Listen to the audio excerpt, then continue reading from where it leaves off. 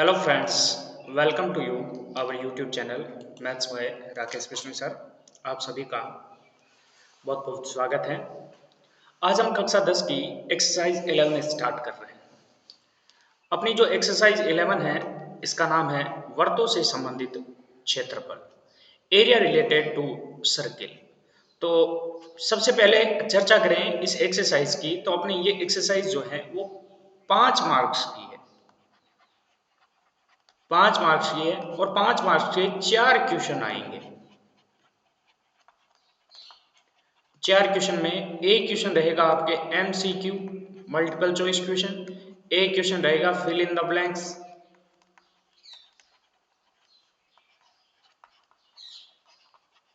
रिक्त स्थानों की पूर्ति, है ना। और एक क्वेश्चन रहेगा वेरी शॉर्ट आंसर टाइप, यानी कि अति लघु त्रात्मक प्रश्न, और एक रहेगा लघु त्रात्मक प्रश्न जिसको हम शॉर्ट टाइप कहते हैं। ये तीनों क्वेश्चन एक एक नंबर के होंगे और ये लास्ट वाला क्वेश्चन 2 अंक का होगा। तो बहुत ही सरल एक्सरसाइज है, सिंपल एक्सरसाइज है, बस 2-3 फॉर्मूले पे बेस्ड है। वो फॉर्मूले आपको याद रहने चाहिए। तो सबसे पहले वर्त की बात करें तो वर्त क्या होता है। सबसे पहले वर्त का एक फिगर बनाता हूँ, चित्र बनाता हूँ और इसमें डिस्कस करते हैं। मैंने एक सर्किल बनाया है। अब इस सर्किल की बात करें तो इस सर्किल का ये जो बीचों बीच पॉइंट होगा, ये इसका क्या कहलाता है, केंद्र कहलाता है। ये इसका क्या कहलाता है, केंद्र। पता है सबको, सेंटर। और ये जो बाहर चारों ओर जो बाउंड्री बनी है राउंड शेप की, वृत्ताकार, जो जिसको बोलते हैं, इसको बोलते हैं वृत्त की परिधि, सरकमफेरेंस ऑफ सर्किल। सरकमफेरेंस, इसको वृत्त की क्या बोलते हैं, परिधि। और इस केंद्र से परिधि तक की जो मान होता है, जैसे यहां से यहां तक एक लाइन खींचता हूं, ये केंद्र से परिधि तक का, इसको बोलते हैं रेडियस, त्रिज्या, रेडियस, जिसको आप आर से लिखते हैं। सेंटर ओ और ये पॉइंट मान लीजिए ए है या पी है, तो ए ओ जो है वो रेडियस है। तो इससे 2-3 आपको सूत्र याद रखने हैं। क्या रखने हैं, सबसे पहले इसका सूत्र याद रखना है। सबसे पहले वृत्त की परिधि, वृत्त की परिधि, सरकमफेरेंस ऑफ सर्किल, वृत्त की परिधि का सूत्र होता है 2πr। पाई का मान याद रखना है आपको, 22/7 होता है या 3.14, ये याद रखना है पाई का मान। तो 2πr, वृत्त की परिधि क्या होती है, 2πr। आदि परिधि, परिधि का मतलब होता है ये जो राउंड शेप में जो बना है उसकी पूरी लेंथ, मतलब ए से अगर शुरू करूं और वापस इधर घूमता हुआ एक राउंड पूरा करके यहाँ ए तक आऊं, तो वो वृत्त की क्या होती है, परिधि होती है। फिर एक सूत्र और होता है वृत्त का क्षेत्रफल, वृत्त का क्षेत्रफल, वृत्त का क्षेत्रफल होता है πr²। वृत्त का क्षेत्रफल क्या होता है, πr² होता है। और अर्धवृत्त का क्षेत्रफल पूछे या अर्धवृत्त की परिधि, ये भी देख लेना। अर्धवृत्त की परिधि, अब देखिए सबसे पहले अर्धवृत्त क्या है। अर्धवृत्त सेमी सर्किल क्या है, जैसे ये पूरा सर्किल है, इसका सर्किल का एक शेप लेता हूं मैं।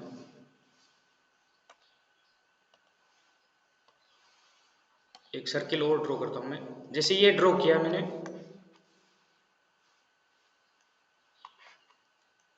एक मिनट, सर्किल ड्रॉ कर रहे हैं अपन। ये एक सर्किल ड्रॉ किया है, ठीक है। अब इस सर्किल में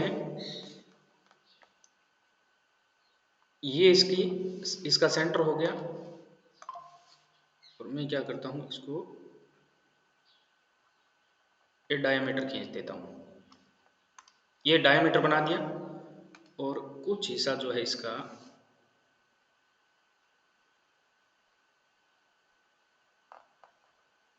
ये हटा देता हूं।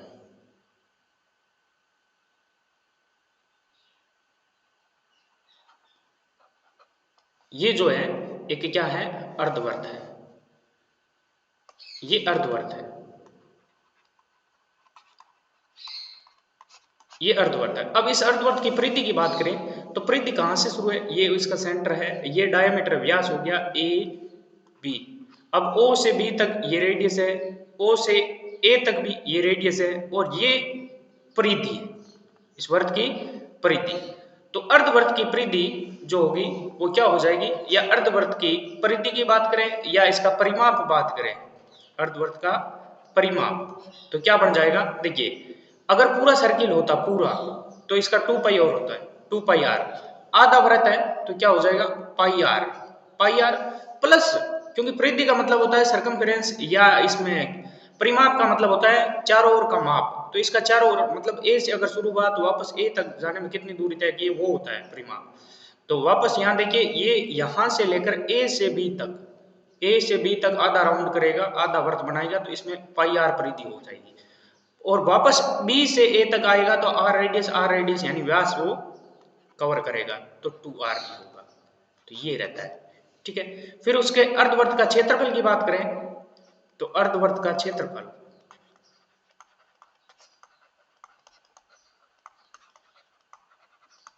तो अर्धवर्त का क्षेत्रफल जो होता है पाई आर स्क्वायर जो था वो पूरे वर्त का है, इसका आधा या 1/2 कर देते हैं आगे, तो 1/2 पाई आर स्क्वायर या पाई आर स्क्वायर बटा 2 भी लिख सकते हैं। तो ये कुछ सूत्र है, ये भी आपको ध्यान में रखना है। अब आगे टॉपिक लेते हैं सेक्टर, सेक्टर जिसको त्रिज्य खंड कहते हैं। अब त्रिज्य खंड क्या होता है वो देखिए, ये केंद्र है, ये एक सर्किल है, इस सर्किल का सेंटर O है जिसमें दो रेडियस, एक R इधर मान लेता हूं, एक R इधर है, और यहां पर एक पॉइंट मान लीजिए A है, और ये पॉइंट क्या है, B है, और एक इस पर पॉइंट मान लेता हूं ये P, और एक इस पर मान लेता हूं Q। R रेडियस को बाद में ले लेंगे।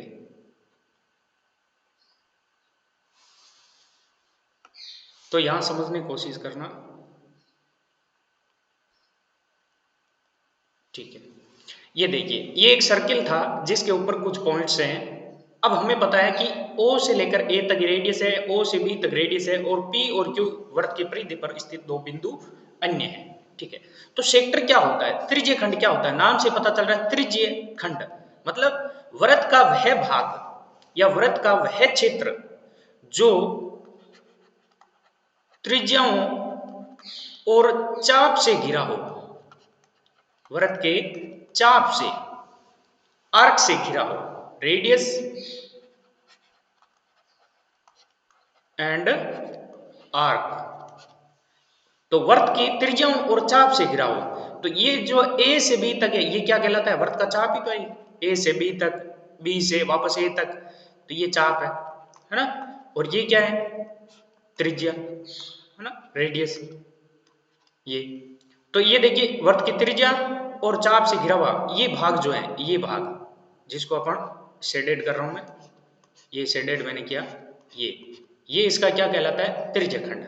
अब प्रश्न उठता है क्या ये ऊपर वाला जो एरिया है, ऊपर वाला जो क्षेत्र है, ये वाला जो बिना शेडेड का है इस सर्किल के अंदर, वो भी एक ही क्या है, त्रिज्यखंड है। क्यों, क्योंकि ये देखिए ए से ओ तक और ओ से बी तक रेडियस है, और ऊपर ए से क्यू होते हुए बी तक जाते हैं, तो ये भी इसका क्या है, चाप है। बस ये ध्यान रखना, नीचे वाला चाप छोटा है, ऊपर वाला बड़ा है। तो चाप और त्रिज्याओं से घिरा हुआ क्षेत्र जो होता है वो क्या कहलाता है, त्रिज्यखंड कहलाता है। अब इस एक ही वृत्त के अंदर दो त्रिज्यखंड हो गए। अब दो त्रिज्यखंड का नाम क्या क्या होगा, ये जो नीचे वाला त्रिज्यखंड है क्योंकि ये छोटा है, ये त्रिज्यखंड क्या है, छोटा है, तो इसको बोलते हैं लघु त्रिज्यखंड, लघु त्रिज्यखंड, माइनर सेक्टर, ये माइनर सेक्टर है। जबकि ये ऊपर वाला बड़ा है, ये पूरा एरिया जो है ए से क्यू होते हुए बी तक और ओ तक, मतलब ए क्यू बी ओ, ये पूरा ए क्यू बी ओ है ना। और नीचे वाले की बात करें तो ए से शुरू करें तो ए पी बी ओ, ठीक है। तो ये वाला कहलाता है दीर्घ, बड़ा है इसलिए दीर्घ त्रिज्यखंड, दीर्घ त्रिज्यखंड, मेजर सेक्टर, ये मेजर सेक्टर। तो मेजर सेक्टर और माइनर सेक्टर, ये सेक्टर समझ में आना चाहिए। तो सेक्टर किससे बनता है? त्रिज्या और चाप से बनता है। अब बात करें, एक और चीज होती है segment, segment of a circle, जिसको बोलते हैं वृत्तखंड। वृत्तखंड, सेगमेंट क्या होता है, वृत्तखंड क्या होता है? देखो, वृत्तखंड, वृत्त के टुकड़े। अब ये वृत्त का जो टुकड़ा होता है वो किससे बनता है? ये जो वृत्त का टुकड़ा होता है, वृत्त जो होता है वो जीवाओं से, जीवा के द्वारा वृत्त के जो भाग बनते हैं वो कहलाते हैं वृत्तखंड।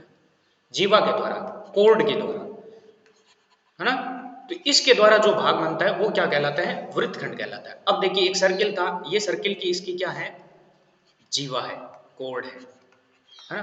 तो इस जीवा के द्वारा वृत्त दो भागों में बंट गया। एक भाग ऊपर वाला, यहां बात करें तो ये आपका क्या हो जाएगा? केंद्र हो जाएगा। तो ये दो भाग है, एक छोटा एक बड़ा। अब छोटे वाले को शेडेड कर देता हूं मैं और बड़े वाले को रहने देता हूं। ये शेडेड कर दिया, छायांकित कर दिया। तो ये छोटा भाग है, इसलिए इसको लघु वृत्तखंड कहते हैं, और जबकि ये बड़ा भाग है इसलिए इसको दीर्घ वृत्तखंड कहते हैं, मेजर सेगमेंट। और ये जो है माइनर है, तो माइनर सेगमेंट।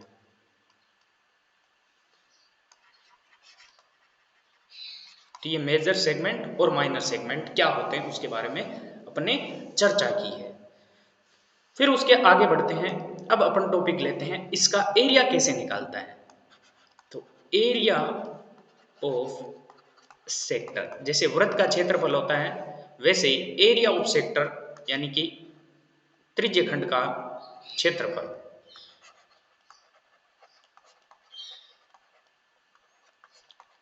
त्रिज्यखंड का क्षेत्रफल, त्रिज्यखंड का क्षेत्रफल कैसे निकाला जाता है उसके बारे में चर्चा करेंगे। तो एक सर्किल है जो रेडियस, दो रेडियस है, एक ये ए नाम दे देता हूं, इसको बी दे देता हूं। दो रेडियस, इसको भी आर बोलते हैं, इसको भी आर बोल सकते हैं आप। तो यहां पर क्या करते हैं कि दो सर्किल, एक सर्किल है जिसके अंदर रेडियस बनाई हुई है, और रेडियस से नीचे वाला जो सेक्टर है वो लघु है, ऊपर वाला क्या है? दीर्घ है। और इस चाप AB के द्वारा वर्त के केंद्र पर बनाए हुए कोण मान लीजिए है थीटा। चाप AB के द्वारा वर्त के केंद्र पर बनाया गया कोण क्या है? थीटा। अगर मैं मान लीजिए OA जो रेडियस है, यहां से मैं पूरा इस तरह भी जाता हुआ वापस A तक आता हूं, तो ये क्या बनता है? वृत्त। और वृत्त का क्षेत्रफल जो होता है, वृत्त का क्षेत्रफल क्या होता है? पाई आर स्क्वायर, यही होता है पाई आर स्क्वायर। अब ये वृत्त का क्षेत्रफल सेंटर पर कितने डिग्री कोण बनाते हुए बना है? तो सेंटर पर देखिए, यहां से शुरू हुआ थीटा, इधर घूमता घूमता घूमता एक राउंड पूरा लगा लेता है, तो उसमें 360 डिग्री। तो 360 डिग्री के द्वारा बनाए गए त्रिज्यखंड भी बोल सकते हैं उसको, का क्षेत्रफल कितना बड़ा है?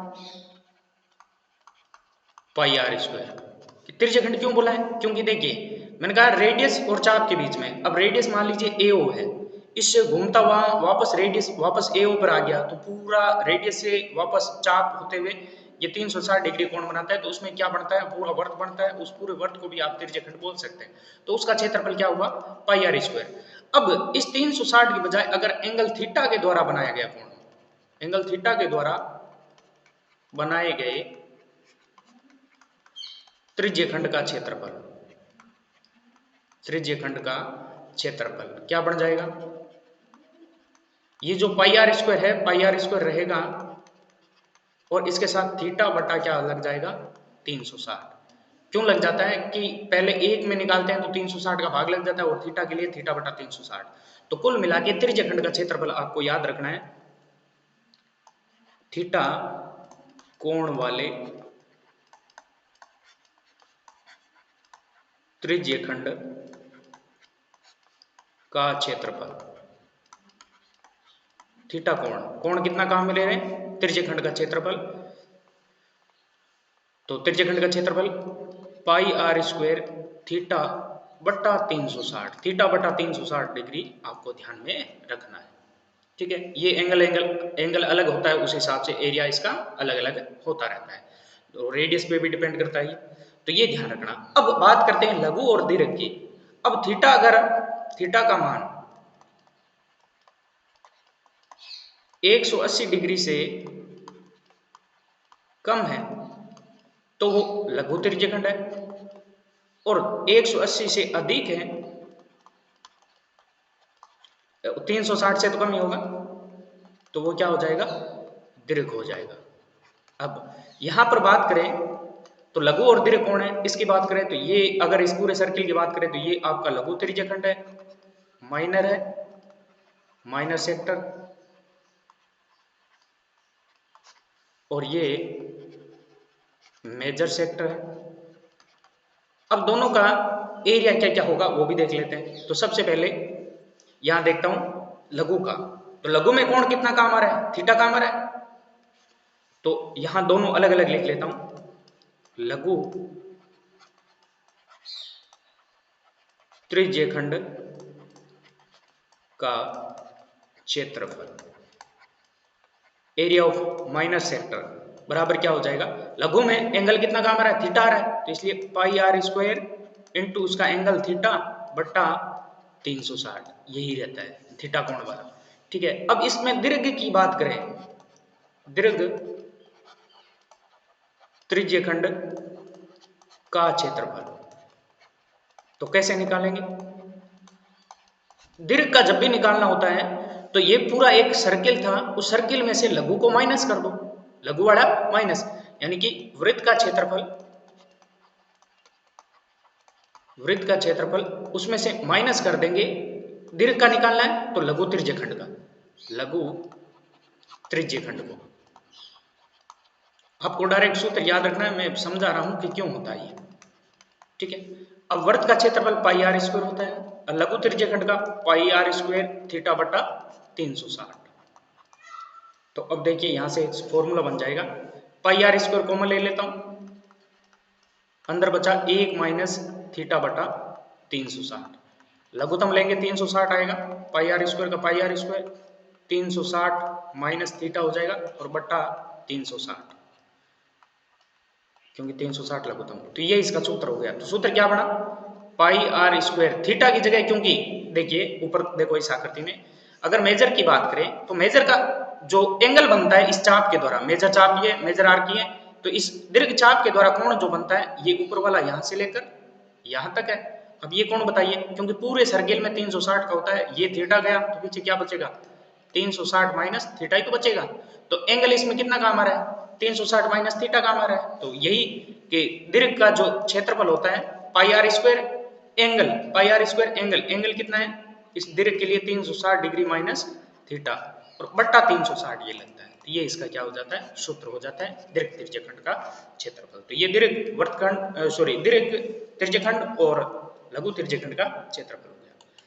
अब बात करते हैं length of an arc of A sector of angle theta, theta कोण जो वाले त्रिज्यखंड के चाप की लंबाई, अब थीटा कोण मान लीजिए यही है, थीटा कोण यही है, और ये ए बी और इस पॉइंट को P मान लेता हूं, तो चाप जो बना वो क्या बना, चाप दो बन रहे हैं, देखो एक तो ए पी बी ये बन रहा है, और दूसरा चाप ऊपर से इसको अगर Q मान लेता हूं तो बड़ा चाप बनता है ए क्यू बी, तो चाप बना यहाँ ए पी बी, ये वाला चाप बना है, तो चाप की लंबाई, तो चाप की लंबाई, अब चाप जो होता है वो किससे बना हुआ है, चाप जो है वृत्त की परिधि से बना हुआ है, और वृत्त की परिधि क्या होती है 2 पाई आर, यही होती है। अब चाप की लंबाई क्या हो जाएगी, बराबर, जैसे जब हम लघु त्रिज्यखंड का क्षेत्रफल कहा था तो क्षेत्रफल में पाई आर स्क्वायर काम लेता है, चाप की लंबाई में 2 पाई आर काम में लेंगे, 2 पाई आर इंटू थीटा बट्टा 360, ये चाप की लंबाई में काम आएगा, 2 पाई आर इंटू थीटा बट्टा 360। अब इसमें 2 से अगर इसको काटे तो 180 हो जाएगा, तो ये बन जाएगा पाई आर थीटा बट्टा 180, ध्यान रखना है यहाँ आर स्क्वायर नहीं है आर है, तो पाई आर थीटा बट्टा 180 ये चाप की लंबाई का मान बन जाएगा जब थीटा कोण हो चाप का द्वारा बनाया गया केंद्र पर, है ना। चाप के द्वारा केंद्र पर बनाया गया कोण थीटा हो तो चाप की लंबाई जो होता है पाई आर थीटा बटा 180, या ऐसे भी आप याद कर सकते हैं 2 पाई आर इंटू थीटा बटा 360, एक ही बात है। आगे नेक्स्ट कुछ फॉर्मूले और लेते हैं। नेक्स्ट फॉर्मूले में अपन क्या करते हैं, निकालते हैं एरिया ऑफ सेगमेंट, वृत्तखंड का क्षेत्रफल,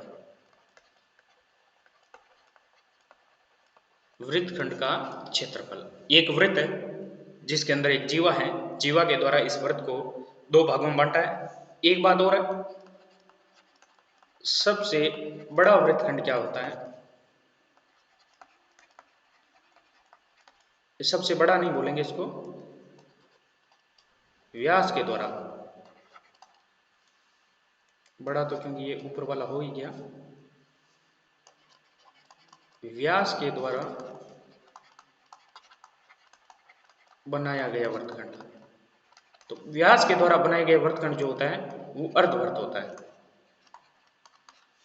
ये ध्यान रखना। तो ये इसका क्या है, सेंटर है, ये इसका सेंटर है। देखिए इसको मैं वापस पूरा ड्रॉ करने दो। अब मेरे को क्या करना है, इसका एरिया निकालना है।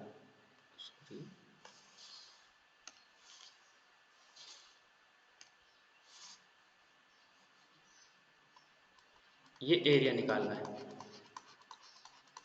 इसको शेडेड कर दिया मैंने, इसका मेरे को एरिया निकालना है, या इसको शेडेड अगर ऐसे करें,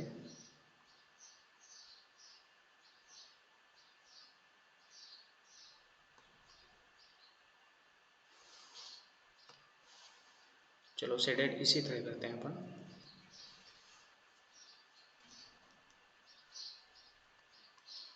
ये शेडेड कर दिया इसको। अब इसका एरिया निकालना है, तो एरिया निकालने के लिए क्या करते हैं, सबसे पहले तो आपको केंद्र से इस जो जीवा है उसके सिरों को मिलाएंगे। तो केंद्र से जीवा के सिरों को मैं मिलाता हूं,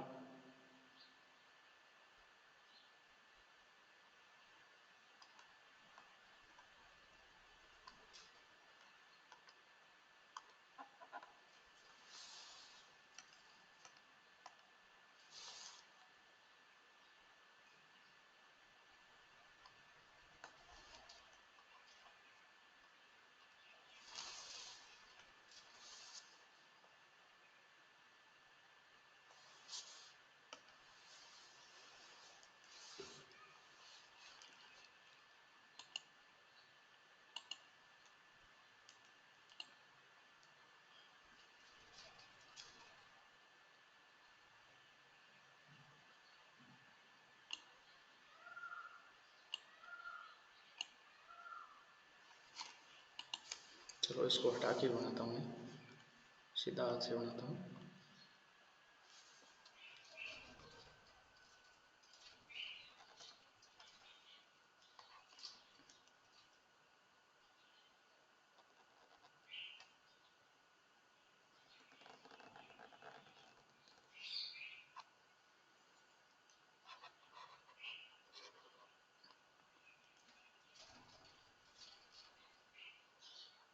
ये इसका सेंटर है, थोड़ा सा टाइम लग रहा है, थोड़ी फिगर जो है अच्छी बनाते हैं अपन।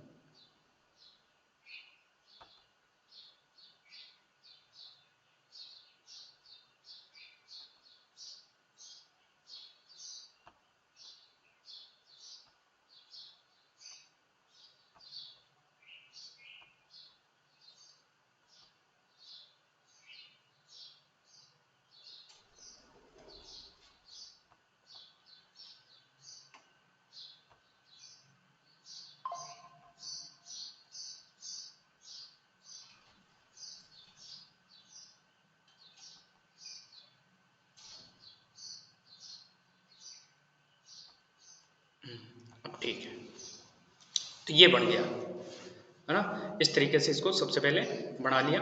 अब इस वृत्तखंड का मैं क्षेत्रफल निकाल रहा हूं, और ये जो जीवा है इसके द्वारा केंद्र पर बनाया गया कोण है वो मान लीजिए थीटा। और इसकी रेडियस क्या है, आर है, और जीवा का नाम है ए बी। तो जीवा ए बी द्वारा केंद्र पर बनाया गया कोण थीटा है। तो इस थीटा कोण से जो वृत्तखंड बन रहा है इसको तो लघुवृत्तखंड ही बोलते हैं। तो लघुवृत्तखंड का क्षेत्रफल क्या होगा, तो यहां लिखता हूं लघु, ऊपर वाला दीर्घ रहेगा, वृत्तखंड का क्षेत्रफल बराबर।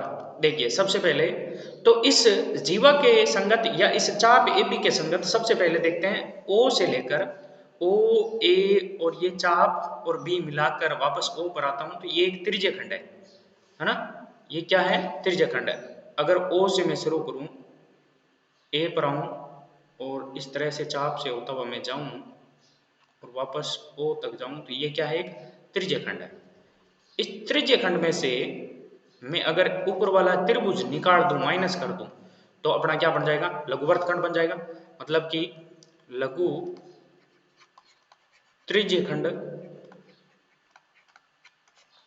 का क्षेत्रफल माइनस त्रिभुज ए ओ बी का क्षेत्रफल, यही बना बराबर। अब लघु त्रिज्यखंड का क्षेत्रफल अपने को पता है पाई आर स्क्वायर थीटा बटा 360, अभी सूत्र देखे थे, माइनस त्रिभुज का क्षेत्रफल। अब त्रिभुज का क्षेत्रफल होता है 1/2 into base into height, base into height या आधार इंटू ऊंचाई, यही होता है। अब इसका त्रिभुज का क्षेत्रफल निकालता हूं मैं, तो सबसे पहले एक त्रिभुज ड्रॉ करता हूं मैं और फिर उसके बाद इसको समझाता हूं अलग से।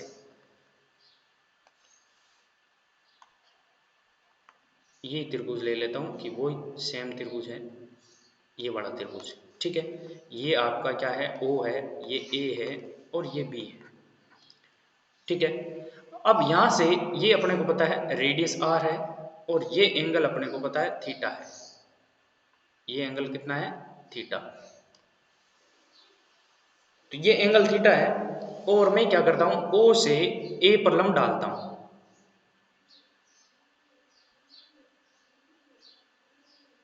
जिसका नाम दे देता हूं एम।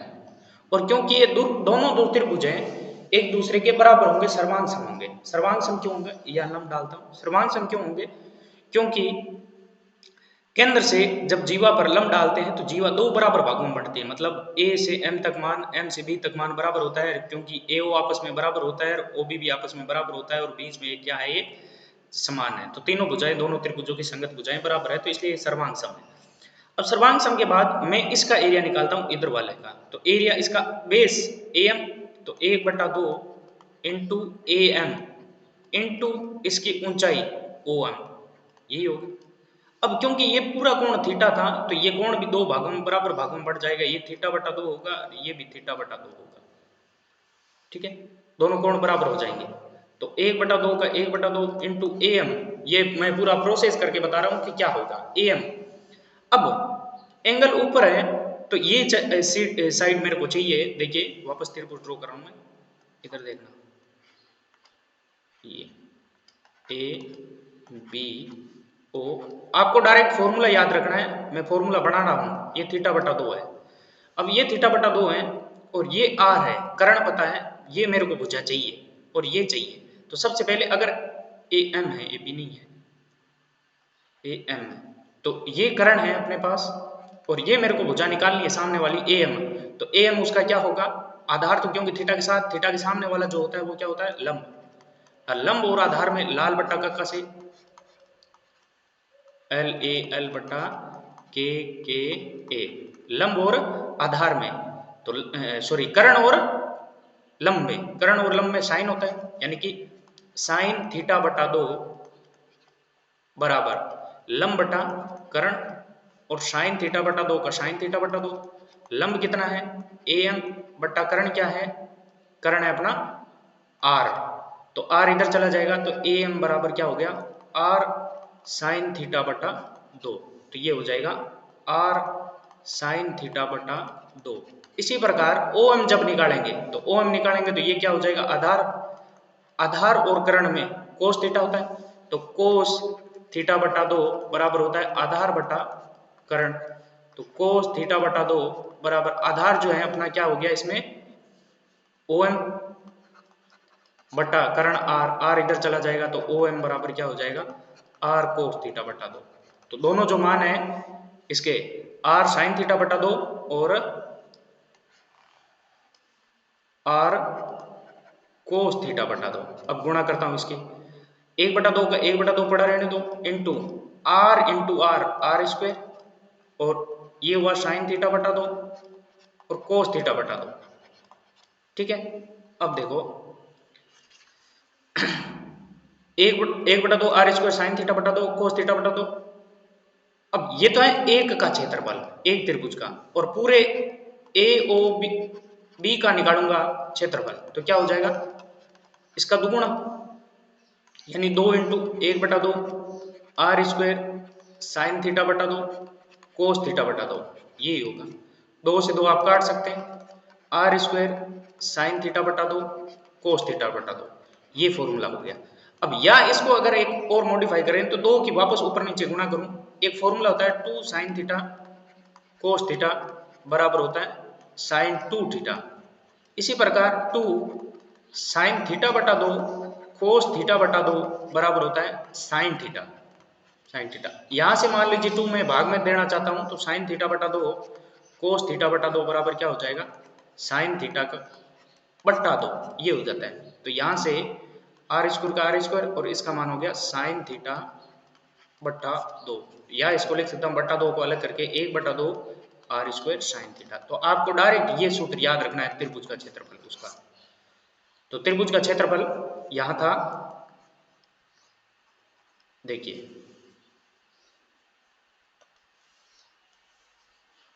तो ये अपना पाई आर स्क्वायर थीटा बटा 2 बटा 360 minus 1/2 base into height into ये जो एरिया बना इसका पूरे का एरिया इसका ये त्रिभुज का इसका एरिया जो बना वो कितना बना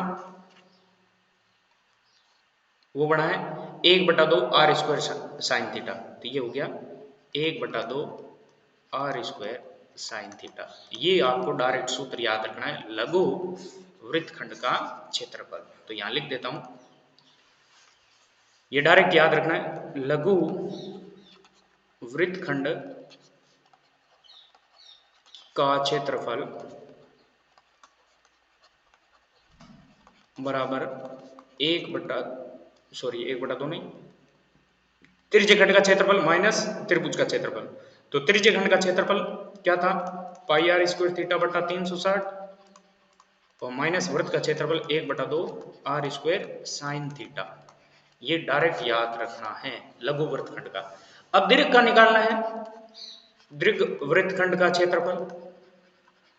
तो दीर्घ वृत्तखंड का क्षेत्रफल कैसे निकालेंगे दीर्घ का कोई भी हो चाहे त्रिज्यखंड हो लघु हो वृत्त में से उसके लघु को घटा दो तो वृत्त का क्षेत्रफल माइनस लघु वृत्तखंड का क्षेत्रफल। ठीक है इस तरह से। और इसी चीज में मान लीजिए दीर्घ त्रिज्यखंड वैसे बता चुका हूं त्रिज्यखंड का क्षेत्रफल एरिया ऑफ मेजर सेक्टर बराबर होता है वृत्त का क्षेत्रफल सेम टू सेम सूत्र होता है बस नाम फर्क है। यहाँ वृत्तखंड है दीर्घ तो यहाँ वृत्तखंड का घटता है यहाँ त्रिज्यखंड है तो लघु त्रिज्यखंड का क्षेत्रफल माइनस हो जाएगा।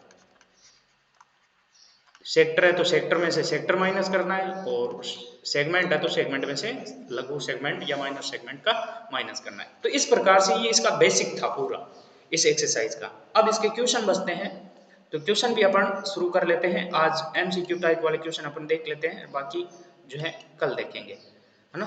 तो एमसीक्यू टाइप वाले कौन कौन से क्वेश्चन है वो देखते हैं पहले। हाँ देखिए सिंपल सिंपल क्वेश्चन देख लेते हैं।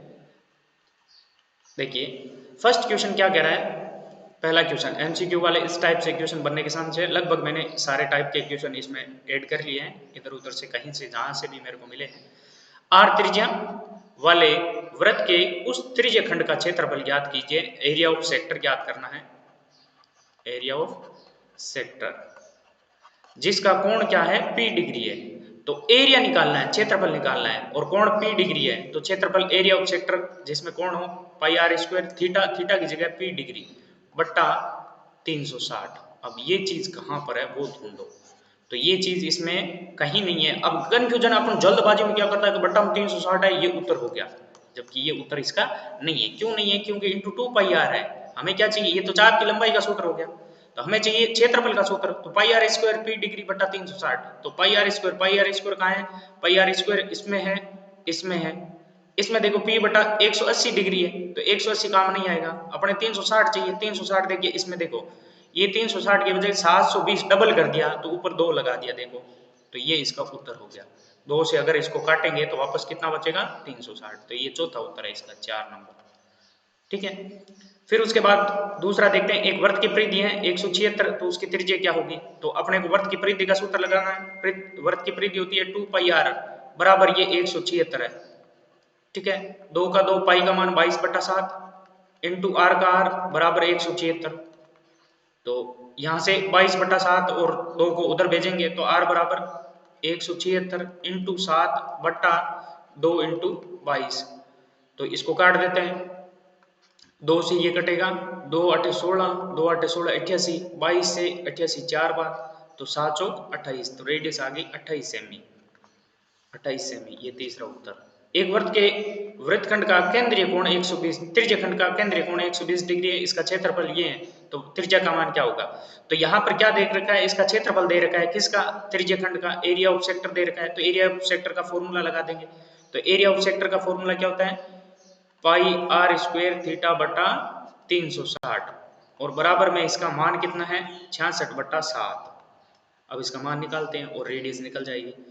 तो यहाँ से रेडियस निकालनी है, तो जो है वैल्यू वो पुट कर देते हैं। तो पाई का पाई 22/7 इंटू आर स्क्वायर, आर कितनी है? रेडियस पता नहीं है, तो आर स्क्वायर का आर स्क्वायर थीटा 120 बट्टा 360 बराबर है 66/7। जो कट रहा है उसको काट दो, 0 से 0 बार दिए 36 3 बार। अब आर स्क्वायर निकालूंगा तो बाकी सबको उधर भेजूंगा, 66/7 इंटू में चला जाएगा 7/22 और इंटू में चला जाएगा 3। 7 से 60 कट गया, 22 से ये 3 बार कट गया, तो आर स्क्वायर बराबर 3 इंटू 3 9, तो आर बराबर √9। √9 का मान कितना होता है? 3। तो रेडियस आई 3 सेमी। इस प्रकार से इसको आराम से सोल्व कर सकते हैं। अब अगला क्वेश्चन देखिए, नेक्स्ट क्वेश्चन। एक आर सेमी त्रिज्या वाले वृत्त में थीटा केंद्रीय कोण पर संगत चाप व जीवा के बीच परिबद्ध है, तो लघु वृत्तखंड का क्षेत्रफल। अब लघु वृत्तखंड का क्षेत्रफल मैंने एक बताया था, सूत्र क्या था? लघु वृत्तखंड का क्षेत्रफल पाई आर स्क्वायर थीटा बट्टा 360 माइनस त्रिभुज का क्षेत्रफल, त्रिभुज का क्षेत्रफल 1/2 आर स्क्वायर साइन थीटा। एक तो ये था। अब इसको एक चीज में और लिखा जा सकता था, इसको ये भी लिखा जा सकता था पाई आर स्क्वायर थीटा बटा 360 degree minus 1/2 R square sine theta को आप लिख सकते हैं 2 साइन थीटा बटा 2 कोस थीटा बटा 2। थीटा के बट्टा में 2 है, साइन और कोस के नहीं है, ये 2 से 2 कट गया। तो ये वाला तो सूत्र क्योंकि इसमें कहीं है नहीं, देखिए ये तो किसका है? थीटा बटा 360 पाई आर स्क्वायर, ये तो है त्रिज्य खंड का, है ना? तो या तो ये होगा, ये होगा, ये होगा, तो ये तो हो नहीं सकता, साइन थीटा और कोस थीटा तो हो नहीं सकता। तो यहां से आप कॉमन लेने की कोशिश करो तो कॉमन क्या आएगा? आर स्क्वायर कॉमन आ रहा है, सिर्फ आर स्क्वायर बचेगा। क्या? पाई थीटा बटा 360 माइनस आर स्क्वायर कॉमन आ गया, साइन थीटा बटा 2 कोस थीटा बटा 2। तो ये उत्तर हो गया, आर स्क्वायर कॉमन आ गया। ये नहीं है थीटा बटा 2, ये गलत छपा हुआ है इसमें, है ना? ये छपा हुआ गलत है। साइन देखिए क्या गलत छपा हुआ है, ये इस तरह से नहीं होगा, साइन थीटा बटा 2 न होकर ये होगा साइन थीटा के बट्टा में 2 है, ये होगा। इसी प्रकार कोस थीटा बटा 2 है, तो उत्तर एग्जैक्ट उत्तर ये सही है। ठीक है, नेक्स्ट पांचवा क्या है? यदि वर्त के लघु त्रिज्यखंड का कोण 250 है। वैसे बात करें लघु त्रिज्यखंड, लघु छोटा, छोटा जो कोण होता है वो 180 से क्या होता है? कम होता है। मतलब कि ये लघु नहीं है, ये कौन सा है? दीर्घ है। तो दीर्घ का कोण दे दिया, आपसे पूछा है दीर्घ त्रिज्यखंड का कोण, यानी कि आपसे लघु का पूछा है। तो जब भी एक का दे दूसरे का पूछे कोण, तो 360 में से उसको घटा दो, तो कितना बचेगा? 360 में से 250 घटाएंगे 110, इसका उत्तर हो जाएगा। 14 सेंटीमीटर व्यास वाले एक पहिए द्वारा एक चक्कर में तय की दूरी। अब ये एक पहिया है जिसका व्यास है 14 सेंटीमीटर, ये डायमीटर है 14 सेंटीमीटर। तो व्यास 14 है, तो हमें त्रिज्या चाहिए। त्रिज्या कितनी हो जाएगी? 7। ये ध्यान रखना, व्यास से त्रिज्या निकालनी जरूरी है, 7। तो एक चक्कर में तय की दूरी, जब एक चक्कर पहिया लगाता है तो घूमेगा, यहाँ से घूमना चालू होगा, पूरा राउंड एक चक्कर लगाएगा, तो ये क्या है? परिधि। लंबाई या दूरी वो वृत्त की क्या कहेगी? परिधि का मान कहेगा। तो परिधि ज्ञात करनी है, तो वृत्त की परिधि का सूत्र क्या होता है? 2 पाई आर बराबर 2 का 2, पाई का मान 22/7 इंटू रेडियस कितनी है? 7। 7 से 7 कट गया, 22 इंटू 2 कितना आ गया? 44 उत्तर आ गया इसका, 44 सेमी। नेक्स्ट, हाँ ये क्वेश्चन और देख लेते हैं, 7वां। अच्छा क्वेश्चन है, यदि दो वृत्तों की त्रिज्याएं R1 और R2 है, इन दोनों वृत्तों की परिधि के योग के समतुल्य परिधि के वृत्त की त्रिज्या R है, तो आपको क्या है? R का मान क्या होगा? तो दो वृत्त की त्रिज्याएं R1 और R2 है और दोनों वृत्त की परिधि का योग करना है। तो दोनों वृत्त की परिधि का योग, पहले वृत्त की परिधि 2 पाई R1 प्लस दूसरे वृत्त की परिधि 2 पाई R2 बराबर, ये कह रहे हैं समतुल्य है किसके?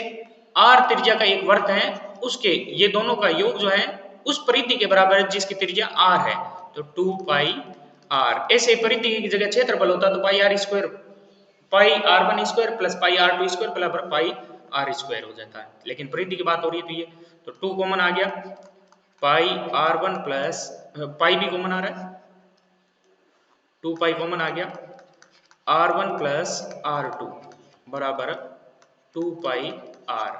जब ये R का मान निकालेंगे तो 2 पाई से 2 पाई कैंसिल, तो R बराबर क्या आ गया? R1 प्लस R2 बराबर R। तो रेडियस आ गई R बराबर R1 प्लस R2। तो ये क्षेत्रफल से होता, अगर क्षेत्रफल का योग क्षेत्रफल के बराबर होता तो हम लिखते pi R1 square plus pi R2 square equal to R square, ये लिखते पाई R स्क्वायर। पाई यहाँ से कॉमन आके इससे कट जाता, तो बचता R1 square plus R2 square equal to R square. तो इस प्रकार से इसको करना था। बाकी इसके रिक्त स्थान वाले क्वेश्चन और जो वेरी शॉर्ट टाइप आंसर है वो भी, और इसके साथ साथ जो बड़े शॉर्ट वाले क्वेश्चन है वो भी अपन नेक्स्ट वीडियो में करेंगे। आज के इतना ही काफी है। धन्यवाद। जय हिंद, जय भारत।